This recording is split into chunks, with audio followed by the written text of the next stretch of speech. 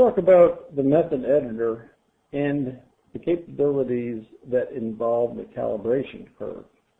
So if we go over to the application, I'm already in the method editor.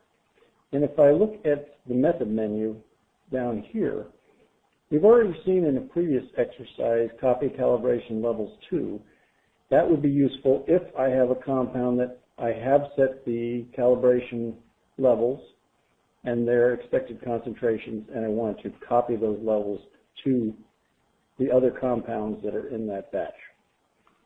Another expectation is average calibration replicates.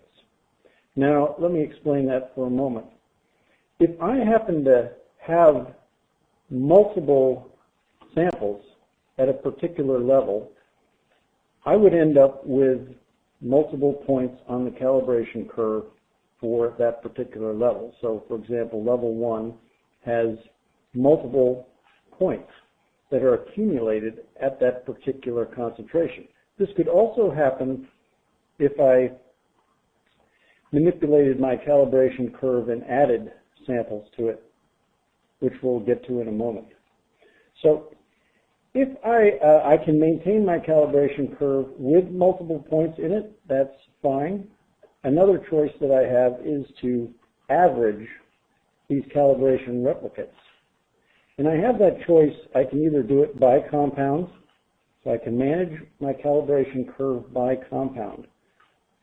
In this case, I will select them all,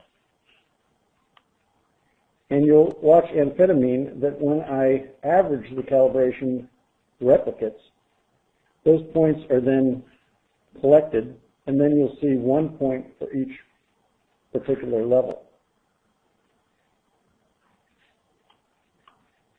You may ask, why do I have 2 points here at level 2 and level 4? And I can answer that just by adding the column that shows the type. And you'll notice that the QCs are also shown in this list. So there is a QC which shares the same level at level 2 and level 4.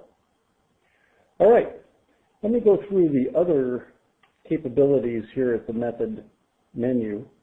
Create levels from calibration samples. I will just talk you through this. This feature could be useful if you have the samples with the levels, level names in the samples, and you wanted just to create the levels. You could reach back to the batch and it would create those levels. This is assuming that it had the expected concentrations already created. And last, a feature which I will not demonstrate, but again talk to, is import calibration levels from a file. This is the same as a feature that has existed on the single quad, which allows you, if, for example, a supplier is giving you a set of calibration standards, they sometimes give you a list of the concentrations of each compound in a comma-separated list.